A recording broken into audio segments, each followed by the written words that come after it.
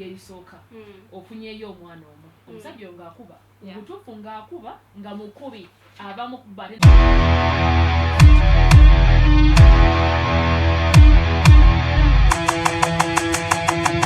Shari waneno kale oyo Rachel Radio na kayimba keko aye akanyingiza omukana kasira mbebaza mwena batwekomide kuba nange muli mutya ba darling ba sugar ba bubu ba butungulu abachala je muli oba munfuna oba muntegeera oba mukiwulira nganze bwenkiwulira lunaku lwammwe abakyala happy women's day banange eddoboozi leero muwulira lya kikyala abaami tubawambye Mary Bata alina kayimba ke yayimba n'agamba nti bw'obeera mu nnyumba omwo n'owulira ng'omanya nti ate empologoma mwe naye ku luno omukulu makati gwe mu bisolo tuba tukuwuba linnya ki mu bisolo tuba tumuwa linnya ki tumuwa linnya ki empisi kati empisi teriimu mulimu bakyala ne n'abakyala bawologoma olunaku olwaleero mu studio nsirimu nze kanseko olunaku luno olwaleero ninamu abantu abalala mu studios and I'm very happy okuba nti ngenda kukola nabo era ntudde nabo era ndi nabo mu studio kyaddaaki mmaze ne mbafuna oba ntandikire ludda ki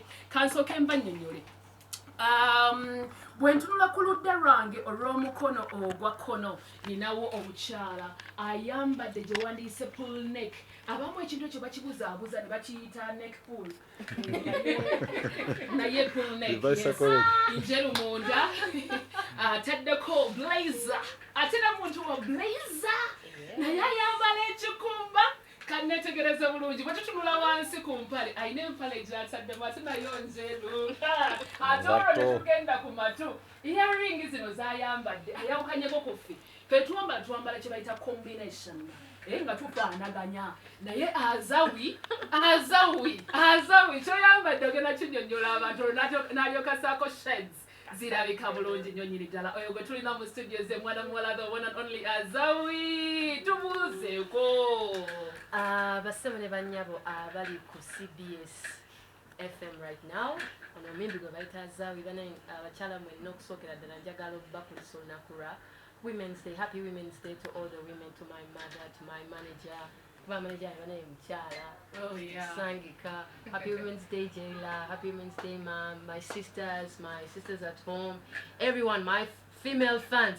Happy Women's Day. Leero kole mputu, kole mtom nene. Tewali agenda kugambako. Kasinda kuta. Azawi. Ndaba earring side emu eriko akajirita. Ate edludde olulala lwaki kiriwo ekikyo njagala omuntu tumuwe ekifaananyi ky'ekintu ky'oyambadde atuwulirize essaawa eno ku CBS Emmanduso. Honestly nabadde njagala kwambala earring eno nnyo naye peya yaako nembula eyako endala kati nenteekako emu tewali kabadi just nakikoze bukozi simanyi gye ziri bonna nayambadde ate nga kituufu abakyala eyo katusuulako emwemu tusigazeemu ku ludda olulala let me describe for you oh my god bannange singa muli wendi nammwe mwandibadde mukiwulira abakyala nendi nabo olunaku lwe bamaanyi kati ono ye akoze akaviiri buno we bagamba obuliko kalimu amayengo malungi nnyo nalyoka assaako galubindi nassaako empozi earrings ezo tuziyita tutya wangi maama oba danglers kati bateteganye ekya danglers abawuliriza aba evening cruise aba Dikteta Mark kati bwe tubagamba bayinza okuba no tugenda danglers kuba ke kaliko oninga balamuza mu kibuga okay yes naye zino zo size zino ezaffe ezeri wansi njagala ayambadde bakayita ka green kano bakayita batya kankomewo tuvaako ayambadde ka kala kewandiise aba lime green abeera green kyoyoba si green yono gwe tumanyi aba lemon green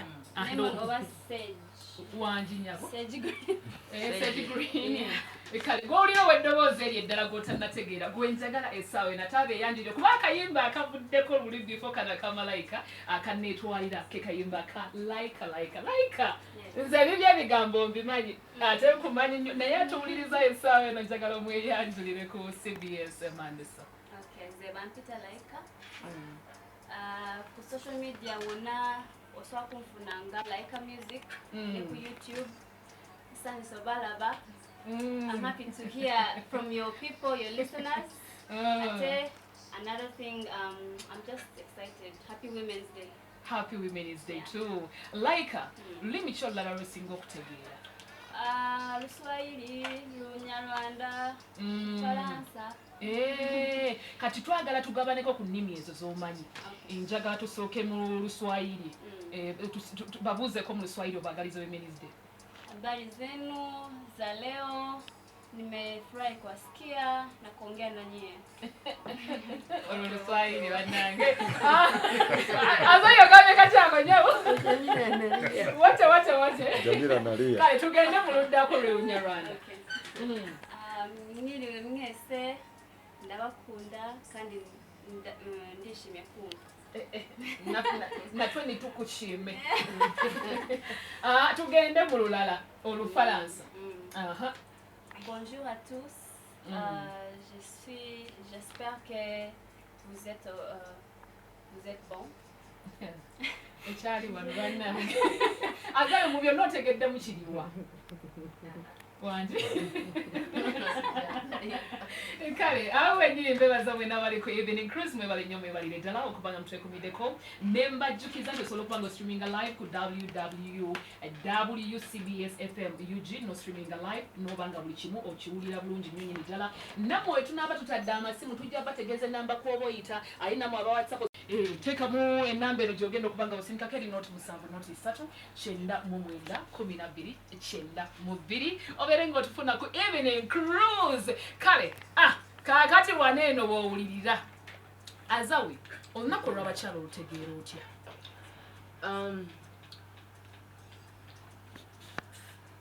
Anyway, I don't know, but me personally, like I celebrate myself every day. There's no creature that is more like important in this world than a woman. Like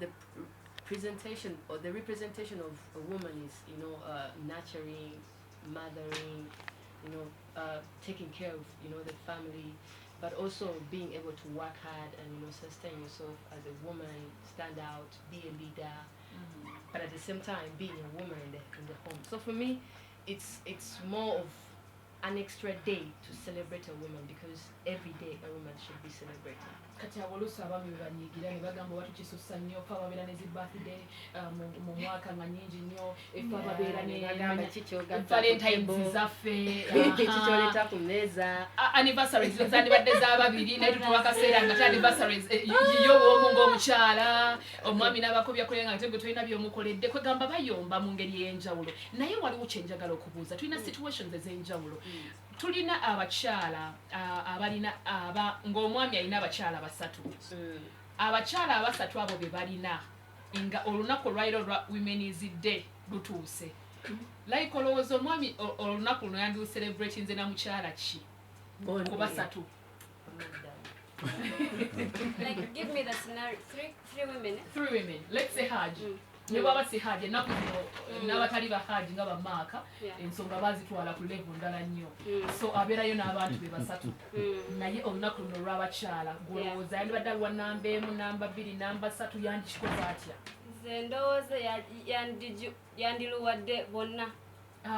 Takibalansinga munda kuba kati inogenda okukola let's aba bakoze olunaku lwali. The reason I'm saying that is because buli mukyala aina ekintu kyamwongerako like with importance. Maybe one is a mother to his kids, maybe another one is someone who they are business partners or someone else, but there is a reason why he married that person. So I think for Haji's case, maybe the other cases it's different. Haji bw'aba ate ng'alinako gw'asinga okwagala Syria gwe yandiwadde olunaku bw'aba alinako gw'asinga okwagala teyakoma ku oyo kiki kyamufunisa abalala ng'alinako gw'asinga okwagala mbeera ya budde kati akigumire kimulye naye kale katuyambe oyo abalina essaawa eno olowooza akola kati tebeeza nga gwe oli omu ku abo abakyala oba akafaananyi kekubye katuufu kale oli omu ku abo abakyala tugeze gwe namba 2 okola otya? Nze anyway, personally, I wouldn't put myself in that situation. Number one. Kubakyala bana abasatu Haji balina tugeze si Haji kale ne bwaba Haji nenga ina abakazi basatu bonna batongole olunaku luno yandiluwadde ani? olunaku aluwe buli mukyala kubanga oluwaako omubira nagamba bali abalasi bakyala basobola. You can't be in two places at Yeah, the did you same see time. No, you can okusolokera ku makya olunaku oluliko essaawa 24 n'omanya nti essaawa ezisooka 7 za mukyala namba emu guma omugongo kulume amanyi saawa eziddako mukyala namba 2 like. And for some reason abasajja abalina abakyala abangi they always find a way like to make them happy. Nalaba kululi haji ngakutte bakyala buli omu amuwa kawunga neŋŋamba oh my god baali banyiivu bazibu era omu yakaya nati bamugamba buuza ku munno yo sagala gendayo naye ze haji kasita yakola egugwe buli omu yamuwa hariya oba omu ateeka omumwa mu nnyindo fine but at least buli omu owe 10 ku 10 kubanga kino ekituwa kiyingiramu ng'okiraba so kati guma yeah. naye nze ndowooza oba kwegamba ow'abaana gwe yandibadde yeekubirako nagamba kati oba ow'abaana gwe mba kubirako atalina abaana waliwo oluusi atannaba kuzaala n'ekirala nti bahaji bano oyinza okwesanga gwe yasembyayo ye true love we ng'eyasooka yali nsobi owookubiri yali ayitabo abasooka tubeesonyiwe sigala gyoli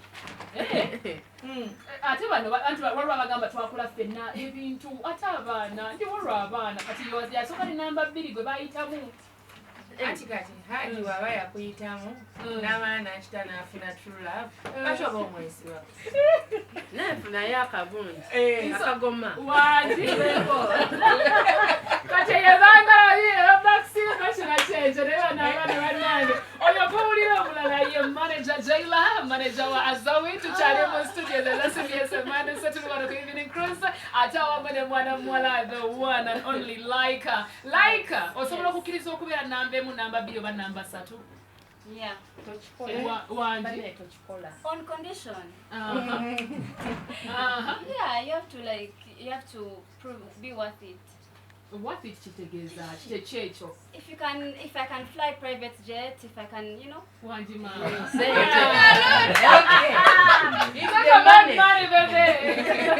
ensonga za ssente naye namba kyesinga okunyuma ku namba ezo 3 eriko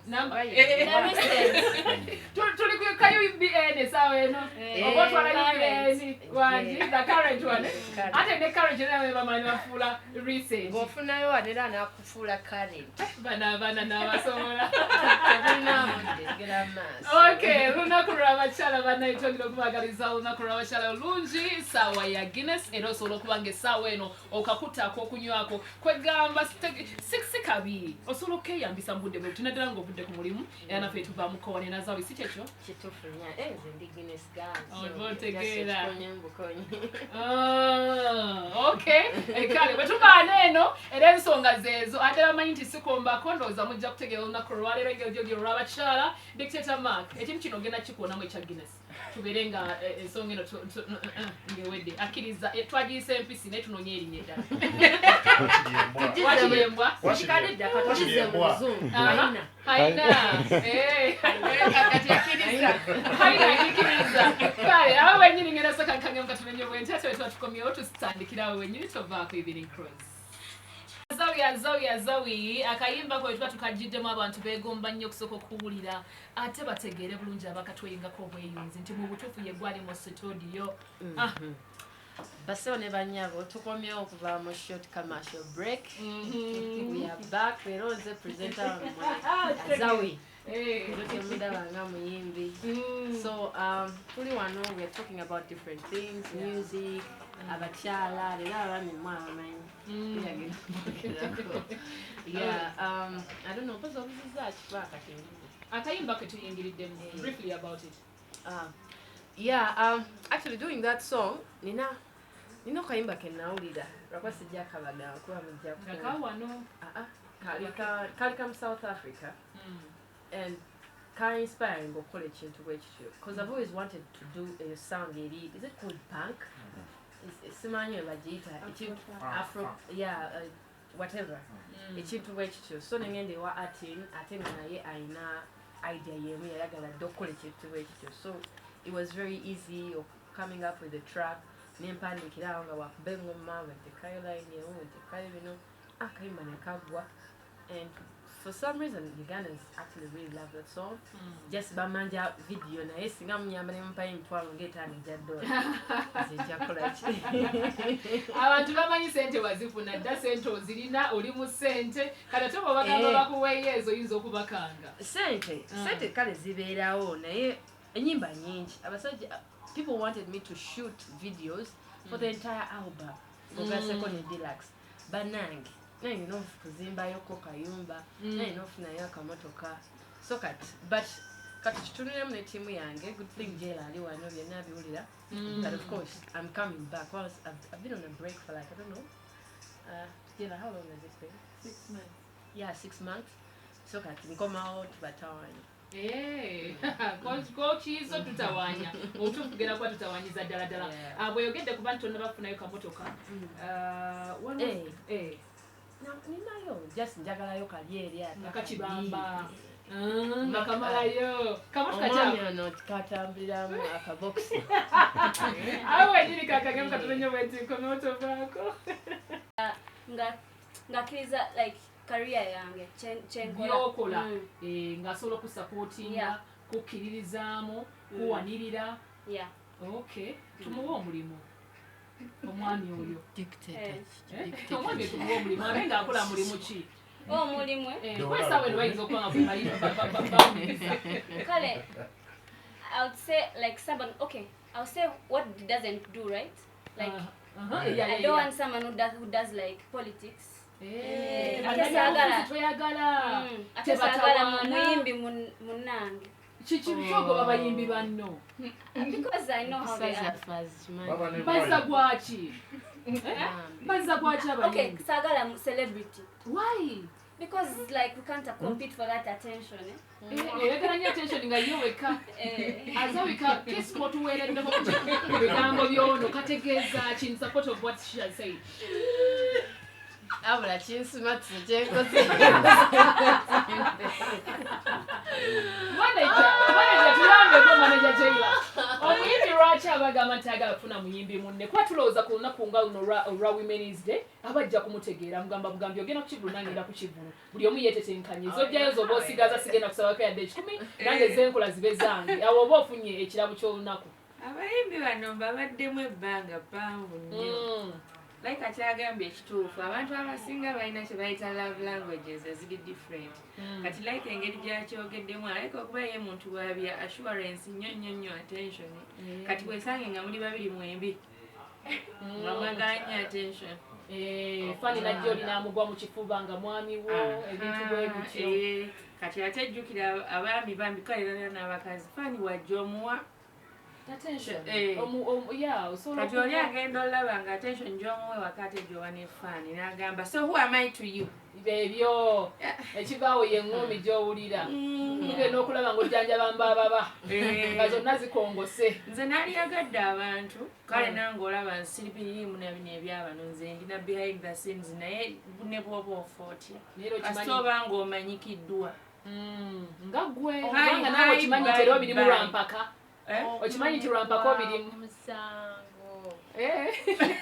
Azawi tutunuulira omusajja yandibadde musajja atya ku ludda lwe first njagala omuntu nga si muto myaka emeka 5 n'okwambuka ate yo 8 oyagala faama oyagala ng'agenda faama ng'akulekera ebyobugale njagala omuntu ng'alimu 38 tosuka 40 wakati awo abantu abato basumbuwa 38 taba muto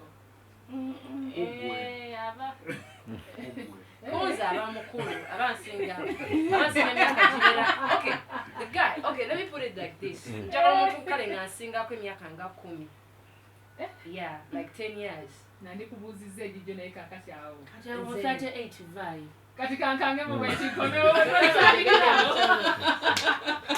nkyayogera happy kawereze omuntu omugambe munange obugambo obwo omuyimbi yabuyimba naye yali ategeeza gwe era omuyambeko asobole okubanga bonna butegeera nkwebaza gwe akyatekumiddeko obwebale nnyo webayitala buli omusinzira kwati n'owotuwuliriza webale nnyo thank you so much for the love and support tuli ku CBS Emmanduso isaawa tuyiikirize empisi yaffe Haina. Twagise haina.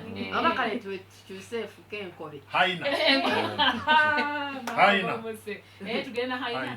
Tugende n'ekyo kale. Atujikiriza mu evening cruise n'erwaliro lokaluka itumuwambye. Ensonga zetu tuliko nsonga z'abakyala obulamu nokasuke mbuyiseewo njagala okubajukiza mwenna ne Can Resort wali ereza bongera okubajukiza mwenna temwerabira bannange okugenda ne muwagira olunaku ng'olwaliro omuntu oba onoonya wakumutwala mutwala ku Can Resort balina gym ennungi sauna egenda bakunyiga massage ago ebinywa byonna biveemu ogenda ne mwana muno naye n'omugamba nnyambaako awo ne mukwasaganya emirimu egyo ate nga balinawo gardens ennungi ddala abalinawo conference hall wosobola okugenda n'otetenkanyiza emirimu gyo emirala ate era nammwe abaagala okusula ebisulo weebiri genda mufune kye bayita shawa mu shawa ensonga ezo muzigguse olunaku luno olwaleero tomanya yanoonya edda abalonga ensonga ezo zikolebwako ennamba y'essimu kw'oyinza okuyita okuba nga obuukinga no tokubako ng'osaba kayimba nsonga za hoteri nga bw'ozimanyi not 7 8 9 26 13 njiddamu not 7 8 9 26 13 kubako ku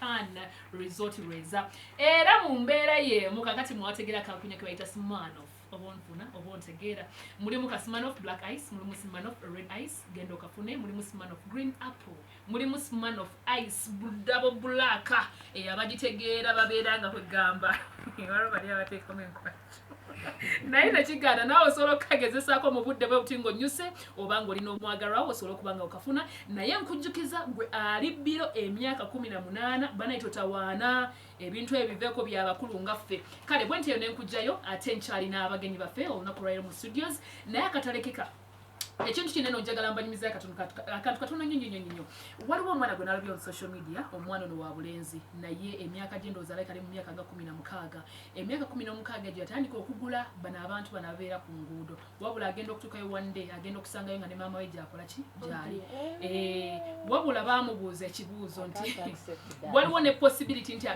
yes maama we gyali naye teyakomako olwo baamubuuza lwaki tewakomako olwo ng'otegedde nti maama gyali anti maama sente zaanoonya okubeezaawo omwana ono azijjeeyo ate omwana bw'afuna ku ssente za maama teyeza akwata n'atwalawa nazaayo olaba saako eweetambula kati baamubuuzizza ekibuuzo ekyadde so interesting singa ogwa ku maama wo nga gw'ofunye okola otya tya nti biba byanzikiza kiba kiwedde kati abaana bwe bato ne ku lunaku lwolto lwa Mother's Day bubaka ki bw'oyinza okuyisaawo ng'oddala oli mukyala Azawi kupaka tugenda I can't accept that tekikirizibwa embeera bwekyo bweri ey'abantu mu bulamu bwa bulijjo naye njagala obaka bugende eri omuntu oyo owa wansi n'omwana omuvubuka bw'ato naddala ate omukyala ali mu mbeera eyo I think bwe tuba tukula tube twerekeremuko empisa z'obuntu ak'obuntu tukimanyi incest tekikola makulu like akisobola nakiisa mukama kati like no way so kati omwana oyo ali mu kwekasinga bakiyesaako ekikolimu ekyo si kirungi in that n'abaana banaazaala jakera ku makya omwana gwazadde naye ng'akoze ekintu kyekimu so ekyo ze sikiwagira tubonye abantu abalala tusobola okukola ki abantu bakazi bangi noonyayo abantu abalala maama kola ki muleke mwesonyiwe awo wenyini nyamba mu seconds 2 bwe ziti tuweeyo akayimba katufulume She taking my man, she taking my man 'cause she got a good body. She taking my man 'cause she got a booty over fatty Bombay. Diana. Hey, Urira. Vamos to Tedda. Vamos to Tedda. Ngato mwadde ya Wednesday. I saw the look that he gave her. All of his mind was stuck on her. Time hopefully I get two more time. I know. Mirimu giri n'okukolebwa. Yeah. Thanks for the time. Ogambye nze haina. Peace. My dear, see you. Good. Thank you for having me.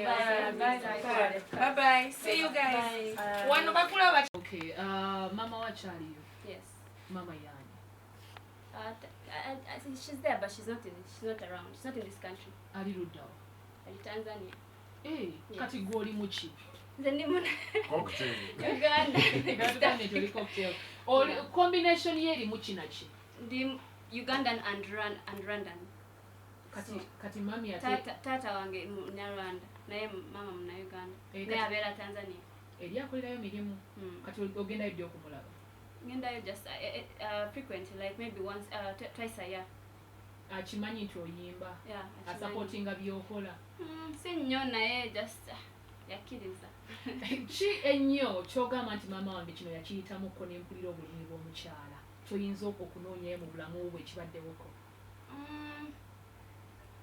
I think just mukozi nnyo so kiraba ate nange like that's what I learned from her yeah okay waliwo ffe abakyala betuyitamu nze ne ku myaka gyendikesa nenga nti mu butuufu waliwo feezi eneze waliwo kino kye nayitamu nga kinjigiriza era ne kintendeka okubeera omukyala ate gwenje olunaku olwaleero kiggwe kyoyiseemuko mu bulamu bwo kyoyinza okuwaayoko ng'ekyokulabirako eri abakuwuliriza essaawa eno I'll say just hustling nakolako nagenda America nabeerako America nenkolako like emirimu kyeyo biki si byangu kukyeyo wakola mirimu kyekyo I can't say it it's not good bw'oba wakifunira kale waliwo kye tuyita mu Luganda okuwumbawumba covering it up kikyewa gwali mulimu gwefaananyiriza ki ogwo gugaddusa mubi nnyo yeah but it's okay it's working I worked for it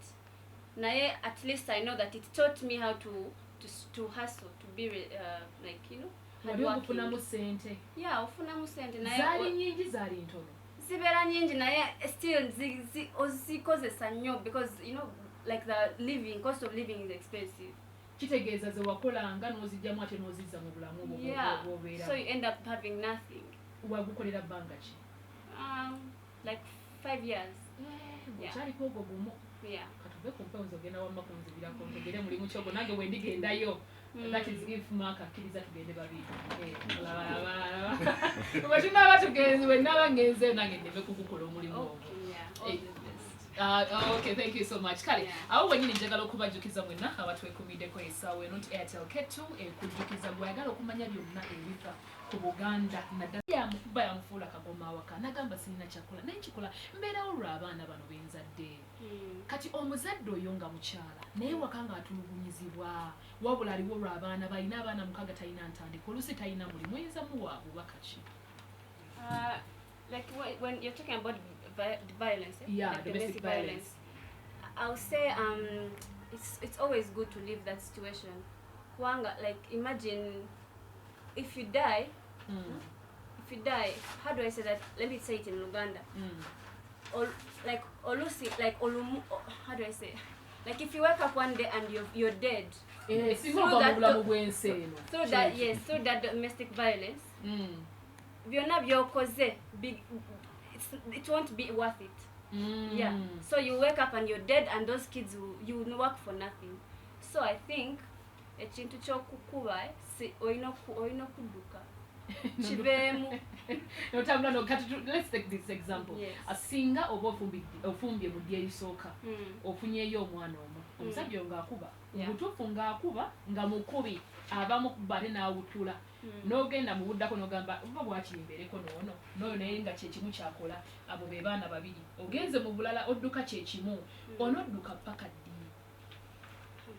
kesi mpozi nga bakuloga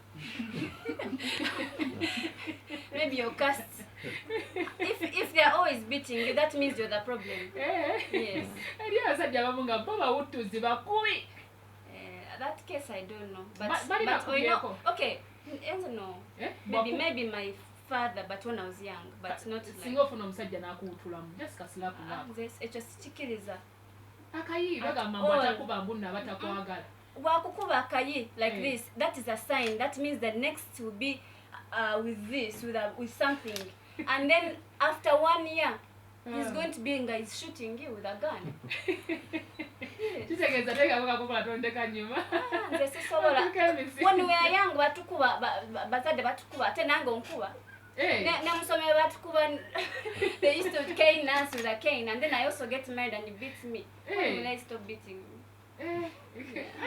anti awo oluusi osobola ate bw'oyogera naye olowooza tayinza kuwulira just ng'oyogere no okay one thing I know ekintu kya domestic violence like men who beat abasajja abakuba ekyo kintu kyebera mu musayi, like it's new. I don't think someone can outgrow it. Okay, kati nyamba ukibagambe mu Rwanda bakitegere balekera okuba abakyala. Abagabo bakubita abagore biri mu mubiri biri mu maraso yabo. So umugore wese ukubitwa ugomba kwiruka bana we. Tuyingide sawa yafe eyokusatu proudly sponsored by CBSFM.